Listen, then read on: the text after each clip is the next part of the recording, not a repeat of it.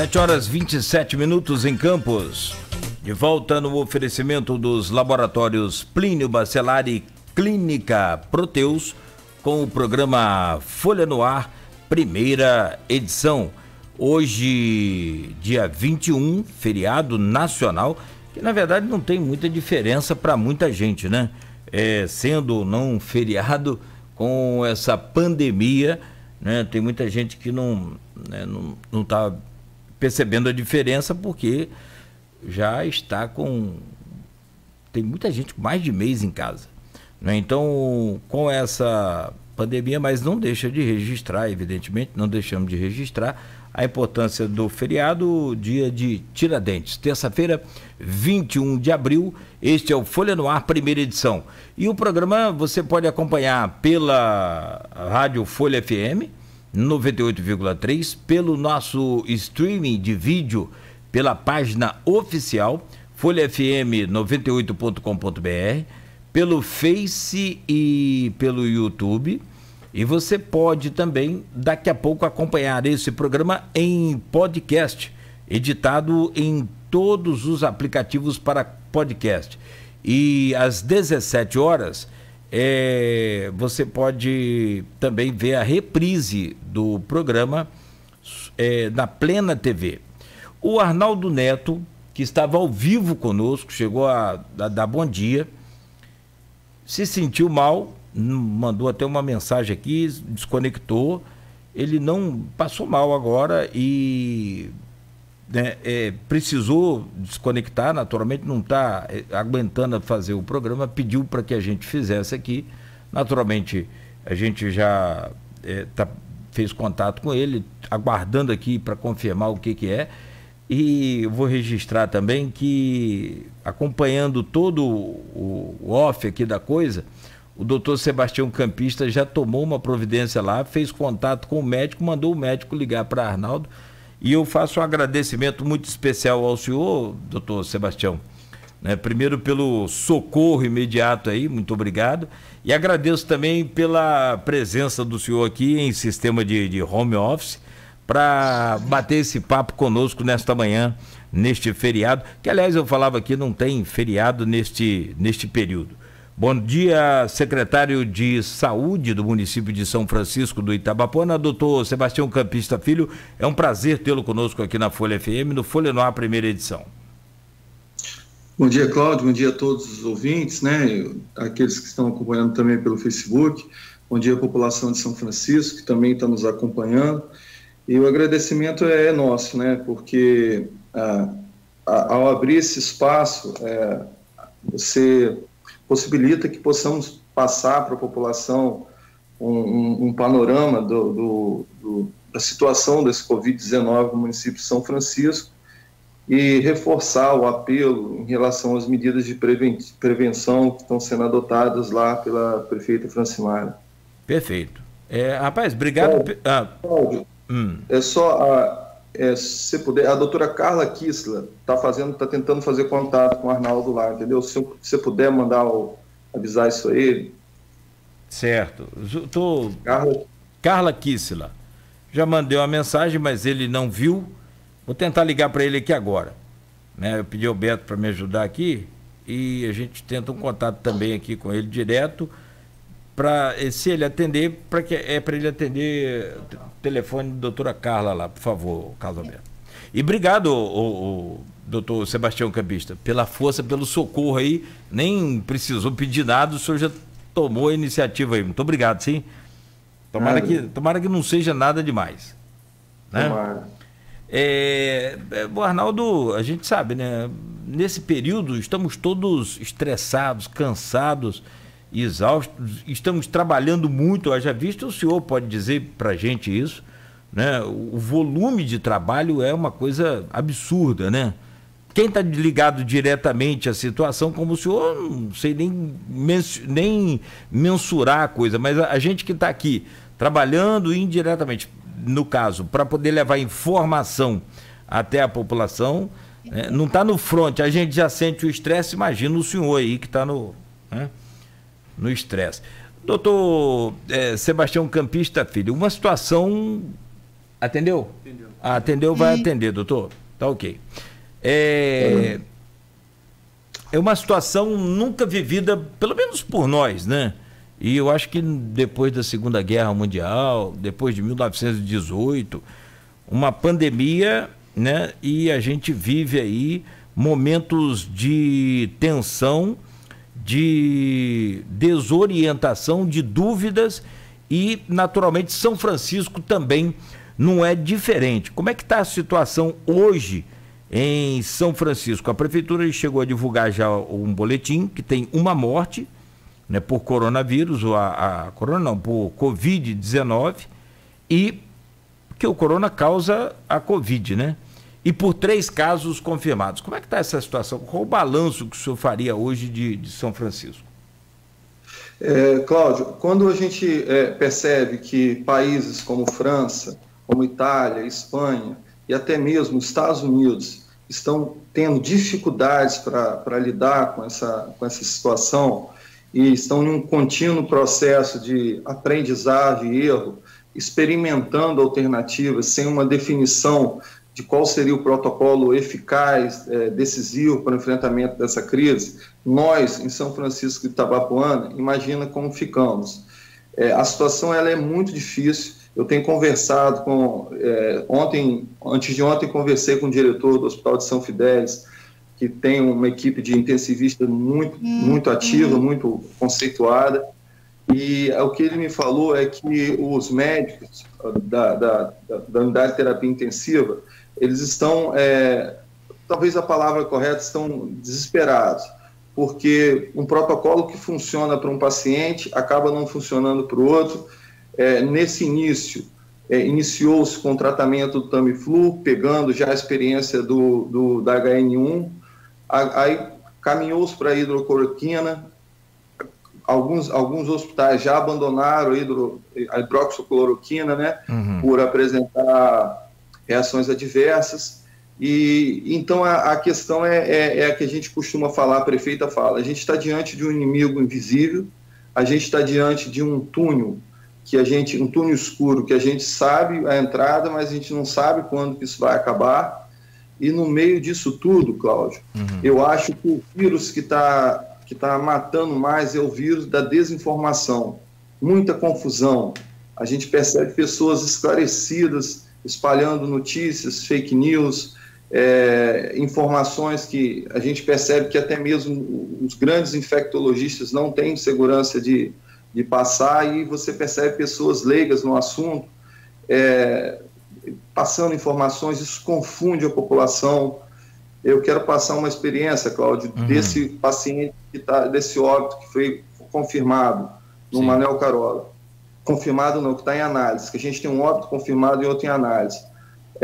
Cláudio, esse paciente chegou ao Hospital Manel Carola conversando como eu estou conversando com você aqui. Em 1 hora esse paciente estava entubado. Em 3 horas esse paciente estava no saco infectante, morto, sendo levado para sepultamento. Então, em 3 horas, o paciente estava assim conversando como nós estamos conversando. 3 horas depois ele faleceu. Isso assusta não só a gente, assusta a prefeita, assusta os profissionais que estão no front ali, na linha de frente, né? Esses profissionais têm família, né, Cláudio? Claro. Eles não são super-homens, eles voltam para casa deles, abraçam os filhos, as mulheres, e a gente tem muito preocupado. Em relação a São Francisco, Cláudio, a gente está começando a atualizar alguns dados. Ontem, de madrugada, até a subsecretária de Saúde atualizou, porque o que está acontecendo? A gente está começando a receber os dados das vigilâncias dos outros municípios. Exemplo, se o paciente foi notificado em Macaé, a notificação é feita por lá, mas ele é de São Francisco. Então, a gente depende que a vigilância de lá nos informe. Então, para você ter uma ideia, o número hoje de casos notificados chegou a 17 casos notificados em São Francisco. A gente dormiu ontem com um número de 13 e acordou com o número de 17. Nossa. Desses 17, Cláudio, 7 foram descartados. Certo. E 3 ainda estão aguardando o resultado do exame, né? 7 confirmados, 7 descartados, 7 confirmados, 7 descartados e 3 aguardando o resultado do exame. Certo. Não, eu havia anunciado aqui o número de 3 no início do programa, então esse número já chega a 7, com a possibilidade de passar para 3, né, dependendo dos resultados, e chegou a 17 com 7 descartados. Agora, voltando só na questão da morte que o senhor falou e que assusta todos nós, eu não consigo entender como é que não assusta certas pessoas. E o que mais me impressiona também, como o senhor, é que não assusta algumas pessoas esclarecidas, tanto na área específica, na medicina, quanto também em outras áreas todas. O próprio jornalismo, e que aí são disseminadores de notícias e que acabam virando disseminadores de fakes. Eu não vou nem me referir a nenhuma autoridade, nem nada, por conta da falta de experiência e de conhecimento dessas autoridades que deveriam, né, se resguardar justamente nos critérios técnicos e também na própria Organização Mundial de Saúde. O que não dá para entender, doutor, é essa velocidade com que o vírus está matando. Essa pessoa, por exemplo, que o senhor narrou aqui esse fato, ele já teria chegado lá, naturalmente se contaminado há um tempo, né? 7 dias, a 10 dias, talvez. Porque se for antes, e aí é bom que a gente deixe claro isso, há condição de recuperação, mesmo sendo idoso. Que, aliás, o número de fatalidade, né, e de letalidade aí do vírus nos idosos é de 80%, 85%. Não se contaminam, não morrem, né?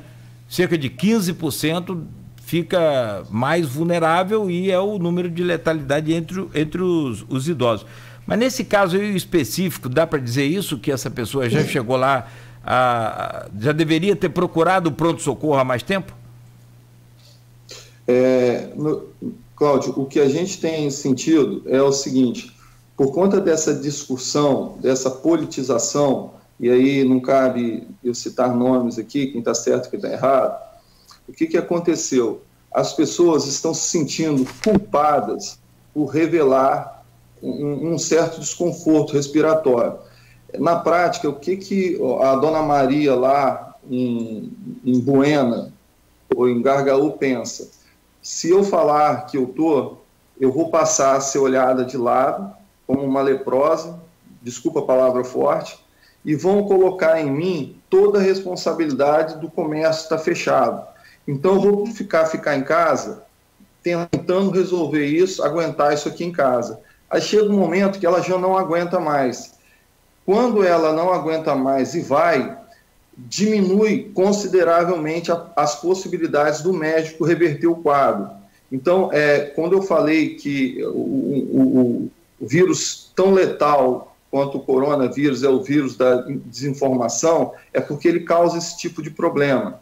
Ele faz com que a pessoa que está sentindo sintomas se sinta um verdadeiro criminoso ou culpado por estar... Cláudio, eu vou relatar uma experiência para você. Eu estou, apesar de 39 anos de idade, eu estou desde 2005 na área da saúde pública. Fundação Municipal de Saúde, Ferreira Machado, e eu nunca vi... Assim, e olha que dentro do Ferreira Machado a gente vê coisas assim, absurdas, né? Acidentadas, aquela coisa toda. Essa cena que eu vi na semana retrasada, eu nunca tinha visto. Uma senhora que estava com um paciente lá, com uma suspeita do Covid, e ela brigando comigo e com a profissional, que na verdade o esposo dela não tinha Covid, tinha tuberculose. Veja bem, a que ponto nós chegamos? Nós estamos torcendo para que o nosso ente tenha tuberculose, alguma coisa, para não ter Covid, para não ter que lidar com todo esse preconceito social que estamos enfrentando, né? Não sei se, eu acho que não dá para comparar, mas me lembrou aqui a questão da década de 80, o HIV, na época AIDS, né? Que Perfeito. era muito maior, né? Naturalmente o preconceito era gigantesco. Perfeito. Mas que causa... Naquela época, embora eu não tenha vivido naquela época, eu sou de 80, mas assim, pela literatura, naquela época, a maior dificuldade... Você veja que a AIDS hoje é uma doença controlada, né? Existe tratamento, existe programas, inclusive no Brasil, são referências. A própria África do Sul adotou o protocolo do Brasil para o combate, né, da AIDS, mas tudo a partir da conscientização da população e do momento em que o paciente se sentiu confortável para externar aquele problema, né? O índice de morte diminuiu consideravelmente, começaram a se desenvolver novas drogas e o tratamento. Hoje você vive bem, né, da medida do possível, infectada com a AIDS por conta da informação, né? Sim, sim. E esse período de negação aí é muito complicado, né? Porque como é que é o processo do vírus? Ele fica incubado talvez por 7 dias, até 7 dias, né? E enquanto isso ele vai fazendo os avanços ali de estrago na nossa saúde. E depois que a gente começa a sentir os sintomas, se não procurar, sem desespero, é bom deixar claro isso, né, doutor? Não é qualquer espirro ou qualquer tosse que você vai dar... Tem os sintomas que nós estamos aqui divulgando exaustivamente para que as pessoas se acalmem primeiro, né? Porque está com dor nas costas, não é porque está dando tosse ou porque deu um espirro, é porque eu estou aqui no ar-condicionado, o clima aqui é seco, saio ali, está calor. Esse contraste aí pode fazer eu tossir, pode fazer eu espirrar, enfim. Não é por isso que eu estou com coronavírus. Até mesmo por uma gripe comum, não quer dizer que eu esteja com coronavírus. Mas a partir daí, então, é que se procura o pronto-socorro. E essa parte dessa negação realmente que o senhor falou aí é muito complicada.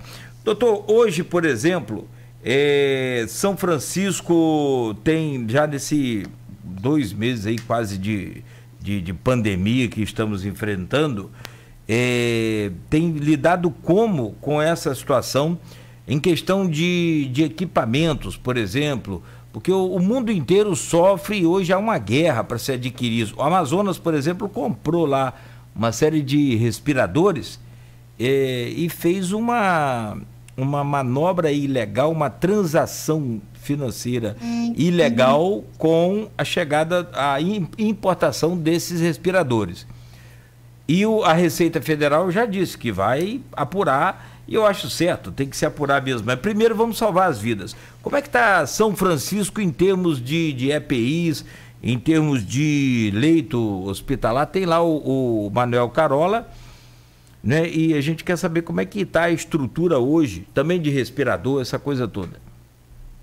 Então, Cláudio, assim, sem nenhum tipo de puxa-saquismo, o primeiro ponto foi ouvir a prefeito e os secretários de lá, porque eu não sou de lá, estou há 3 anos de lá, então eu a todo momento fico tentando entender como que funciona lá. E a primeira questão foi essa.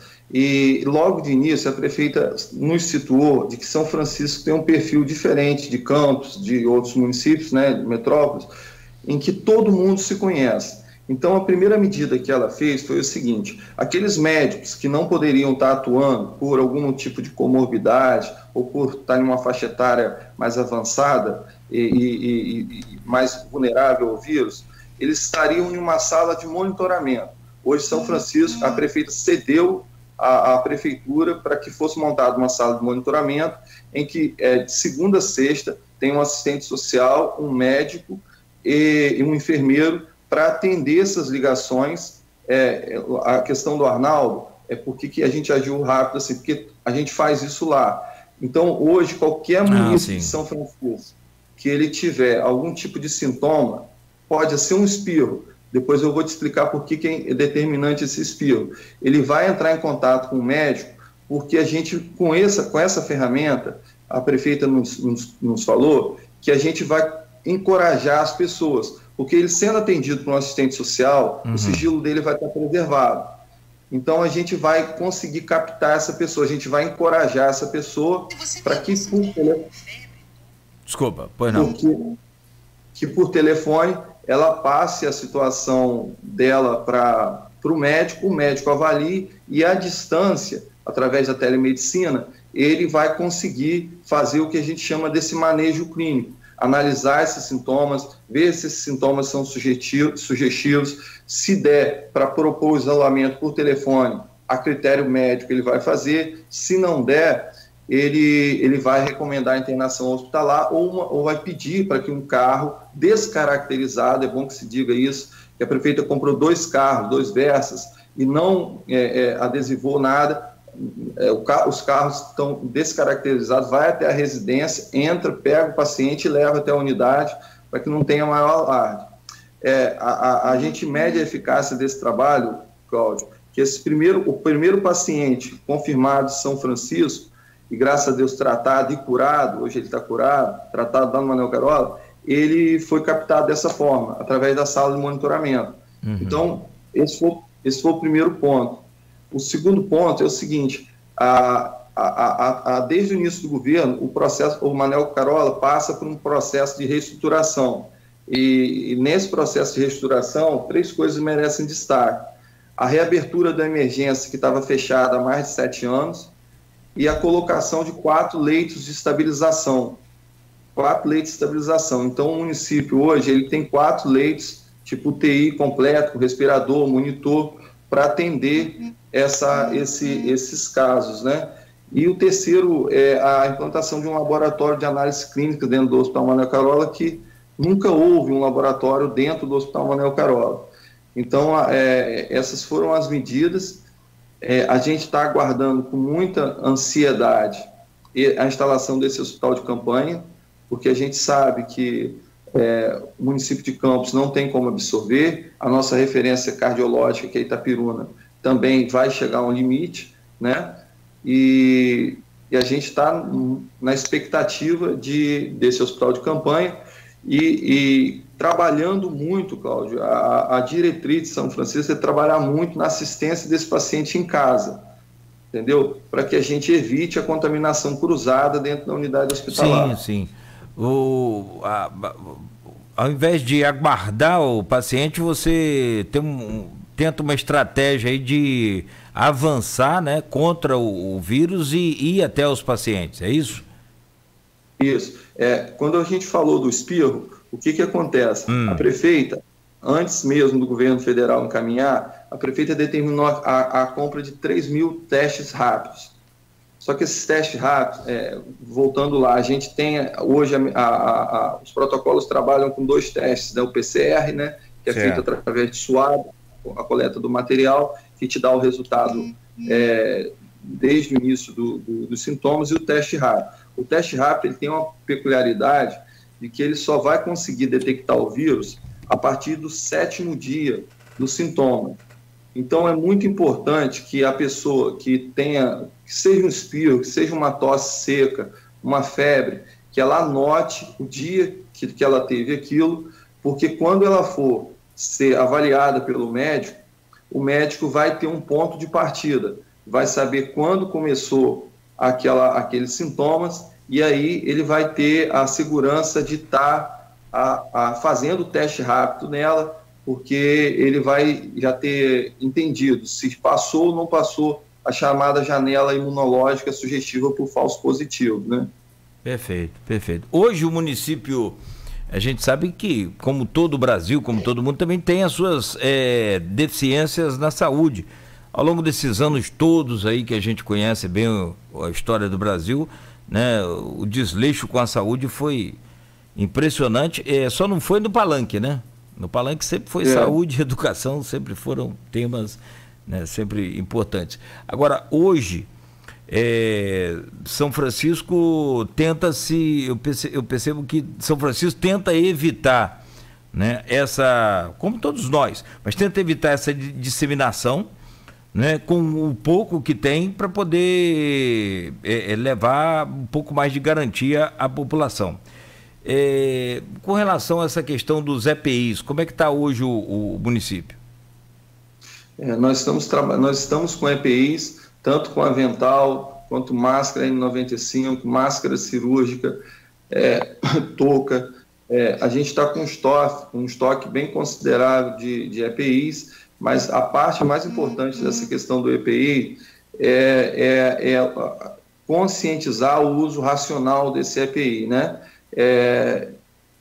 Entregar o EPI ou disponibilizar o EPI somente para aquelas pessoas que realmente precisam daquele tipo de EPI. Então, você não vai botar um protetor de face para um profissional que não vai entubar um paciente. Então, você não vai estar disponibilizando máscara N95 para um profissional que não vai ter contato direto com o paciente infectado. Então, mais do que ter o EPI, e que a gente, graças a Deus, está com estoque considerável, a gente está conscientizando a respeito do uso racional desses equipamentos. E também, né, com essa demanda toda aí, evidentemente com a falta do produto no mercado, se não for dessa forma, fica complicado. O doutor Sebastião, hoje São Francisco conta com quantos respiradores? 4. 4 respiradores, só para a gente ter uma noção, né? E o senhor falava em leitos, só para confirmar, são... Não, leitos de terapia intensiva, leitos de estabilização com respirador, monitor, desfibrilador. O município de São Francisco tem 4. 4. Perfeito. Cláudio, deixa eu falar uma coisa contigo. Você pode falar assim, Sebastião, por que não tem mais? Quando a gente montou, o município de São Francisco, você conhece muito bem, é um município muito pobre. Eu vou dar um exemplo aqui, não é forma de comparação, até porque não dá para comparar, mas para você ter uma ideia, o teto de média e alta complexidade que o município... Eu estou comparando porque eu fui subsecretário de campus e estou tendo a honra de ser secretário de São Francisco, então conheço as duas realidades. É lógico que o custo também... Para você ter uma ideia, Cláudio, o teto de média e alta complexidade que São Francisco recebe, ou seja, aquele dinheiro por mês para tocar a média e alta complexidade de todo o sistema público, é de R$274 mil por mês. Eu não estou comparando, porque Campos, naturalmente, estou falando da minha experiência como subsecretário aqui e lá. O teto de Campos, mensal, ele é superior a 11 milhões. Então, para você ver a desproporção, é lógico que se você pegar o custo de Campos, você vai... Claro. Infinitamente maior. Mas eu só estou querendo dar um juízo de valor para você entender as nossas dificuldades de estar operando isso. Antes da pandemia, Cláudio, um respirador de transporte, aquele que a gente coloca para fazer o transporte em UTI móvel, ele custava R$32 mil para a gente. Depois da pandemia, eu não consigo comprar por menos de $50 mil. 250, quase 250. De 32 mil reais antes. Agora está sendo oferecido por $50 mil. Caramba. Ou seja, quase R$250 mil na cotação do dia. Então, assim, é uma coisa assim, absurda o que está acontecendo. Não, e mesmo que você tenha o dinheiro para comprar, a prefeitura tem, o município tem, vai aparecer lá como superfaturamento. Porque na cotação dele é R$32 mil, no valor normal. Né? Então, mas no momento eu acho que, independente de qualquer questão da lei de responsabilidade fiscal, que nós sabemos que é severa, é rígida, se bem que parte dela foi dispensada agora nesse período para combater a pandemia. Mas se for pensar em cumprir lei agora, com certeza, né, vamos ter problemas.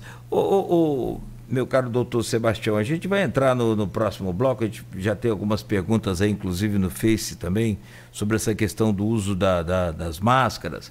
Tem várias pessoas cumprimentando o senhor aí no Face, depois a gente vai transmitir também o abraço dessas pessoas, a quem a gente agradece aqui, naturalmente, a audiência também. E cumprimentando o senhor e falando da sua boa conduta aí como profissional, como servidor, enfim, dessa coisa toda. Eu gostaria de abordar o que o senhor dá para fazer de projeção em termos de pico, em termos de alcance ali do pico máximo daquela escalada da chamada onda, né, de contaminação e também de mortes para São Francisco. Dá para fazer alguma projeção mediante todos os fatos aí que o senhor tem já registrados? Então, essa projeção, ela muda a todo momento e ela depende muito do comportamento da população. Eu vou te dar um exemplo prático. Há 2 semanas atrás, a gente não trabalhava, por exemplo, com a possibilidade de vermos 54 idosos na fila de uma Caixa Econômica, como a gente tem constatado lá em São Francisco, a fiscalização constatou na última semana, porque a gente não trabalhava com a ideia do auxílio que ia ser disponibilizado pelo governo. Então, assim, é muito difícil você projetar, porque está muito ligado ao comportamento da população, e esse comportamento ele se modifica a cada momento, e essa desarticulação que está havendo, e olha aqui, Cláudio, que eu não estou emitindo juízo de valor nem para A nem para B, mas é nítido uma desarticulação entre o governo federal, o governo estadual e até mesmo o governo federal internamente. A gente viu esses desconfortos entre o ministro e o presidente da República. Isso gera na população um sentimento de insegurança. E, Cláudio, ninguém está aguentando mais ficar em casa. Cláudio, sim, os comerciantes, eles estão vindo há 4, 5 anos de uma recessão absurda. Eles estavam fechando seus estabelecimentos independente de coronavírus. Um comerciante que ele abre suas portas, independente dele vencer ou não, a duplicata dele vai chegar no final do mês, a conta de energia elétrica vai chegar no final do mês.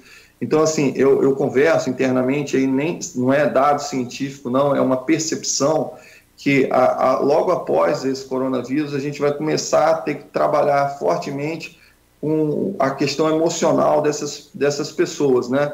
Como aconteceu depois da Segunda Guerra Mundial, depois da Primeira Guerra Mundial, a pandemia que vai existir vai estar relacionada ao emocional dessas pessoas, que vai estar totalmente destruído. Então, em termos objetivos, o que em São Francisco a gente está lutando é para que a gente consiga tratar entre 70% e 80% dos casos notificados em suas residências, através da captação precoce, através da testagem rápida e através do manejo do profissional médico. E o que a gente sabe em São Francisco, e aí, Cláudio, eu vou pedir até licença para ser incisivo, é que se a gente tiver 5 pacientes ao mesmo tempo com síndrome respiratória aguda grave, infelizmente, o médico vai ter que escolher um que vai morrer. Desculpa o jeito de falar, mas é a pura realidade, entendeu? É a realidade do município, é a realidade daquilo que você tem na mão, não é? Isso. A gente está, assim, regulando os pacientes. Esse caso, esse óbito, por exemplo, que está confirmado, ele morreu, Cláudio, em frente à usina Sapucaia. Ele foi em uma UTI com respirador, com um médico, só que, Cláudio, ele saiu do hospital em ventilação normal, sem ventilação artificial. Ou seja, em frente à usina Sapucaia, eles estavam indo para Itapiruna, porque o Estado, que tem a competência regular, regulou para Itapiruna. Ele, em frente à usina Sapucaia, ele teve uma dispneia, o médico tentou reanimar, tentou fazer de tudo, fizeram todas as manobras e não teve jeito, retornou com ele falecido, entendeu? Então, quem regula a internação ou a transferência deles para determinado ponto, para determinado município, é o Estado, não é o senhor, por exemplo, que é secretário e que é o médico também? Não, o médico da unidade de saúde, no caso do Manel Carola, ele insere um sistema chamado SER, Sistema Estadual de Regulação. Naquele sistema, o médico ele descreve as características do paciente e o tipo de assistência que ele precisa. Esse sistema ele aparece na Central de Regulação do Estado, que fica aqui em Campos. Sim. O médico aqui em Campos, ele olha, vê a disponibilidade de leito e direciona.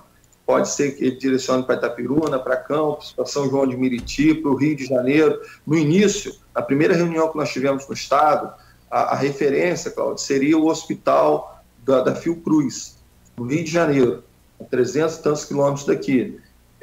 Por quê, Cláudio? Desculpa se eu estiver sendo prolixo. Não basta eu ter um leito de UTI.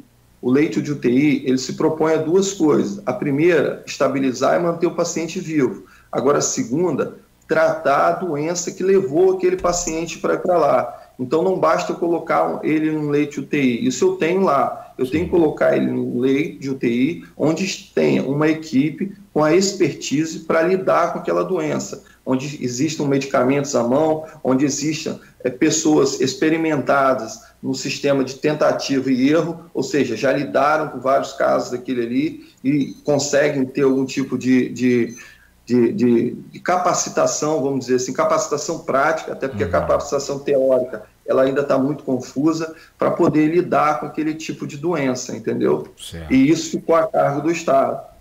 Bom, então fazendo aqui uma recapitulação das informações que o senhor nos passou, o município de São Francisco chegou a ter ontem 17 notificações, sendo 7 descartadas, 7 confirmadas e 3 ainda em análise.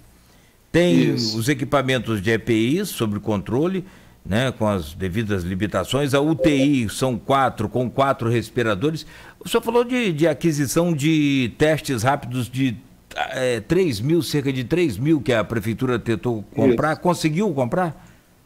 Comprou, porque logo antes a prefeita já determinou.